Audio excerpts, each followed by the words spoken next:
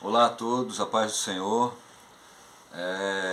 Eu gostaria de trazer hoje mais um estudo a respeito do arrebatamento e a ressurreição, sobre a vinda do Senhor. Por conta desse tema trazer muita confusão e muita falta de interpretação correta de texto. Então eu trouxe aqui, eu vou mostrar para vocês, vou usar 4 textos aqui, né? Vou usar 1 Tessalonicenses, 2 textos de João e um de 1 Coríntios, né? Porque a gente sabe que há bastante confusão sobre esse tema e ele é um tema extremamente importante, né? É algo que Deus aprecia na gente, é quando a gente estuda as coisas a respeito do tempos do fim, né? Tanto que o próprio Senhor diz nas Escrituras que Ele anuncia o fim desde o princípio. Então é algo que a gente deve vasculhar, procurar, né, saber como vai ser as coisas do tempos do fim, para que a gente não seja facilmente enganado por doutrinas de homens e nem doutrinas de demônios, né? A gente sabe que existe um segmento que é chamado de pré-tribulacionismo, outro que é atribulacionismo e o outro pós-tribulacionismo. Eu sou pós-tribulacionista, né, onde eu creio que a igreja vai ser arrebatada no final da grande tribulação, passando pela grande tribulação, né? E existe um segmento que diz que a igreja vai ser arrebatada antes da grande tribulação, não é? Mas essa doutrina do pré-tribulacionismo, que acredita que as pessoas serão arrebatadas antes da grande tribulação, ela é recente, essa doutrina, né? Ela surgiu por volta de 1830 e desde então a igreja vem acreditando nisso. E os pregadores de hoje, eles não estão muito preocupados em vasculhar para saber se isso é verdade ou não, se a igreja vai ser arrebatada antes ou depois da grande tribulação. Então eles não vasculham, eles simplesmente ouviram isso desde criança e agora têm isso como verdade e começa a papaguear, né, essa história, essa doutrina por aí nos púlpitos. Eu sei que é até bonito, né? Chega a ser até romântico você pensar que você faz parte da igreja e de que quando começar a grande tribulação, Jesus vai arrebatar a igreja e a terra vai ficar numa grande tribulação e o povo vai se lascar todinho aí, enquanto que a igreja está lá, no céu, curtindo as bodas. Mas que também existe uma parte que vai se converter na grande tribulação. Alguns chegam ao ponto de dizer que a grande tribulação é para os desviados e para o povo judeu, mas sem nenhuma base bíblica e sem nenhuma prova bíblica disso, né? Então, eu vou falar hoje, eu vou mostrar para vocês, né, agora aqui, vou usar esses 4 textos para fazer uma exegese, uma comparação entre um texto e outro, que eu quero provar para vocês que o arrebatamento e a ressurreição dos mortos vai se dar no mesmo momento e no toque da última trombeta no último dia, tá bom? Então vamos lá para o estudo aqui nesse papel. Amém. Pois bem, meus irmãos, aqui ó, esses aqui são os 4 textos que a gente vai usar e eu destaquei algumas palavras aqui, né, em amarelo, né? Mas antes da gente entrar nesses textos aqui, inclusive um dos textos é esse daqui de 1 Tessalonicenses, né? 1 Tessalonicenses capítulo 4, versículo 13, ó. Ele diz assim, ó: não quero, porém, irmãos, que sejais ignorantes acerca dos que já dormem, para que não vos entristeçais como os demais que não têm esperança. Então percebe que o apóstolo Paulo diz, ó, não quero, porém, irmãos, que sejais ignorantes acerca dos que já dormem. Não quero que vocês sejam pessoas que não conhecem essas coisas, que vocês não têm conhecimento. Eu não quero que vocês ficam vivendo aí sem saber a respeito dos que dormem, dos que já morreram. Enfim, por quê? Para que vocês, para que não vos entristeçais como os demais que não têm esperança. Né? Percebe que ele diz assim, ó, para que não vos entristeçais. Porque quando a gente não entende as coisas do fim, as coisas que vai acontecer, né, você não tem esperança, e isso bate uma tristeza. E ele segue aqui no versículo 18, olha só como ele diz aqui no 18. Portanto, consolai-vos uns aos outros com essas palavras. Amém? Eu espero, meu irmão, que com esse estudo aqui eu venha consolar o seu coração e colocar uma esperança em você, de maneira que você se anime a fazer a obra do Senhor e viver conforme o Senhor espera, e que você também busque a estudar a palavra do Senhor.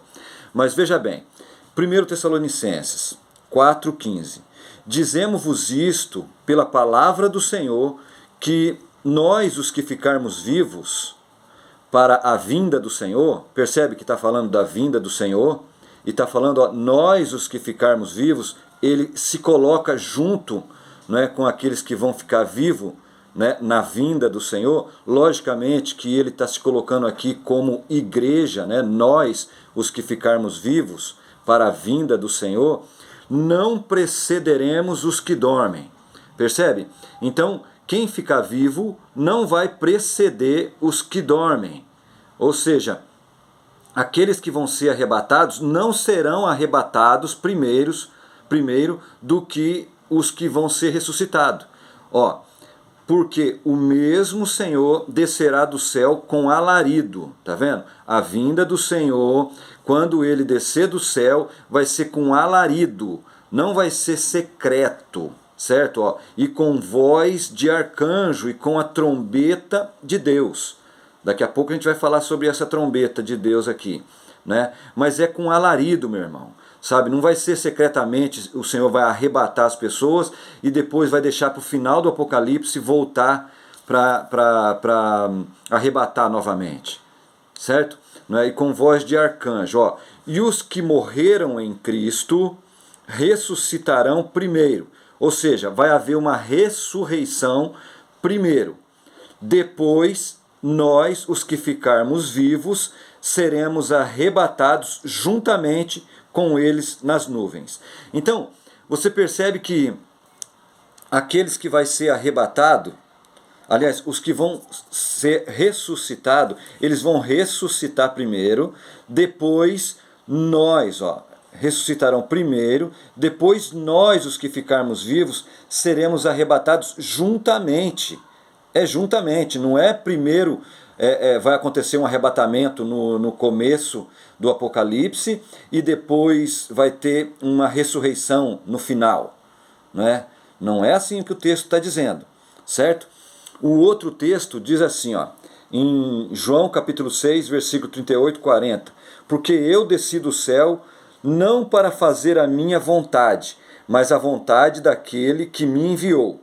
E a vontade do Pai que me enviou é esta, que nenhum de todos aqueles que me deu se perca, mas que eu o ressuscite no último dia. Percebe?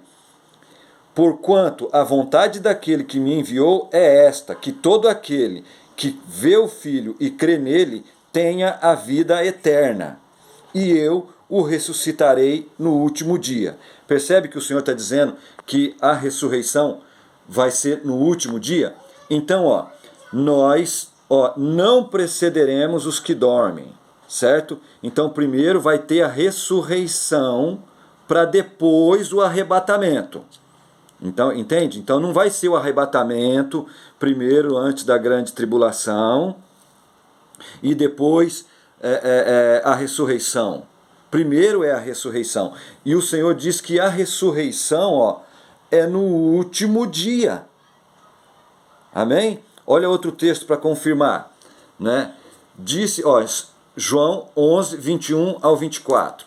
Diz assim, disse, pois, Marta a Jesus, a respeito lá de João Batista, aliás, de Lázaro, disse assim, Senhor, se tu estivesses aqui, meu irmão não teria morrido.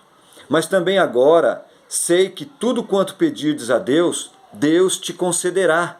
Disse-lhe Jesus, teu irmão há de ressuscitar. Disse-lhe Marta: eu sei que há de ressuscitar na ressurreição do último dia. Então a ressurreição será no último dia, certo? Agora outro texto, aqui. 1 Coríntios 15, 51 e 52. Eis aqui vos digo um mistério. Eu coloquei aqui um mistério, grifei e puxei lá em Apocalipse, porque na 7ª trombeta, está escrito lá, Apocalipse 10, 7. A 7ª trombeta se cumpre o mistério de Deus. Então, é na 7ª trombeta que cumpre o mistério de Deus. Ó, eis aqui vos digo um mistério, na verdade nem todos dormiremos, mas todos seremos transformados num momento. Tá vendo? Todos seremos transformados num momento, num abrir e fechar de olhos, ante a última trombeta. Será o arrebatamento, será na última trombeta. Ó, na verdade nem todos dormiremos, ou seja, vamos ser arrebatados, mas todos seremos transformados num momento, entendeu? Não é primeiro a ressurreição, o arrebatamento no começo da grande tribulação, depois a ressurreição lá no final. Isso é falar o contrário do que está escrito aqui, né? Ó, num momento, num abrir e fechar de olhos, ante a última trombeta, porque a trombeta soará e os mortos ressuscitarão incorruptíveis e nós seremos transformados. Então eu não posso separar o arrebatamento da ressurreição, ok? Isso jamais pode acontecer. Então será num momento. Veja bem, aqui eu escrevi assim, ó, Apocalipse, ele tem 7 anos. Certo? Aqui o começo do Apocalipse e aqui o final do Apocalipse. Tá vendo? Aqui, no começo, nos 3 anos e meio primeiro do Apocalipse, deixa eu focalizar, nesses 3 anos e meio primeiro, o Senhor, lá em Apocalipse 11, diz que dará poder às suas 2 testemunhas. Quem vai ter poder? A igreja, obviamente, as suas 2 testemunhas é a igreja. Né? Em outras palavras, são as 2 casas de Israel, casa de Efraim e casa de Judá, que vai receber poder para profetizar e para pregar contra o sistema da besta, nesses 3 anos e meio. Agora, se a igreja for arrebatada aqui, né? Aqui é o primeiro dia do Apocalipse. O Apocalipse tem 7 anos. Aqui, se a igreja for arrebatada aqui no primeiro dia, né? Mas a gente viu que vai ser no último dia, ou seja, vai ser aqui, ó, o último dia, na última trombeta, né? Como eu vi nesse texto aqui, ó, ante o toque da última trombeta, certo? Então aqui é o último dia, o arrebatamento vai ser aqui. Mas se você diz que o arrebatamento é aqui, no início da grande tribulação, né? Quem são essas 2 testemunhas que vai receber poder para profetizar durante 3 anos e meio, como está em Apocalipse 11? Será que vai ser os desviados? Será que vai ser os judeus? Quer dizer que Deus vai dar poder para os desviados ali, sendo que aqui, se você diz que a igreja vai ser arrebatada aqui, quer dizer que o Espírito Santo subiu, né? A igreja não é portadora do Espírito Santo? E nós não somos templo e morada do Espírito Santo? Então, se a gente é arrebatado aqui, então o Espírito Santo também não vai estar aqui, né? E aqui no meio da grande tribulação, bem aqui, ó, né? Vai acontecer a abominação da desolação. O anticristo vai se manifestar. Lá em Daniel 9, 7, você vai ver que o anticristo ele vai fazer uma aliança por 7 anos com muitos, aqui no Apocalipse. Mas na metade da semana ele vai quebrar essa aliança. Por quê? Porque as 2 testemunhas ficou pregando com grande poder por 3 anos e meio contra o sistema do anticristo, contra o sistema da besta. Aí ele se ira contra a igreja, aí ele estabelece a abominação da desolação, ele faz a imagem da besta, ele faz um ídolo, ele vai querer marcar todo mundo e vai fazer uma grande perseguição na igreja.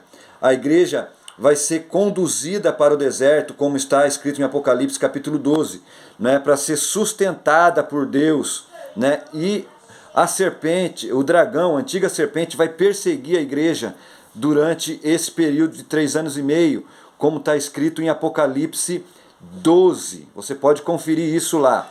E aí, no último dia, aqui é o último dia, no toque da última trombeta, Jesus vem e arrebata a sua igreja. Amém, meu querido?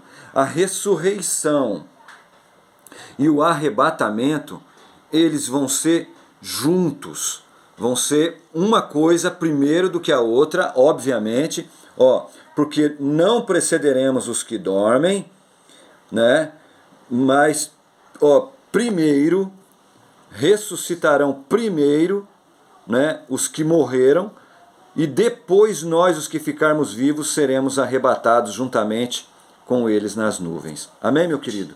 Eu espero que isso tenha ficado claro para você agora, que a igreja tem que se preparar para aquilo que está por vir, não é? É uma grande batalha tá para vir e você não pode amolecer, viu, meu querido? Se não for a nossa geração que vai participar da grande tribulação, com certeza é a geração dos nossos filhos. E você deve preparar o seu filho para o que vai vir, para ele não chegar no momento, ele não desmaiar, ele não querer amolecer e fazer a marca da besta e acabar perdendo a salvação. Viu, meu querido?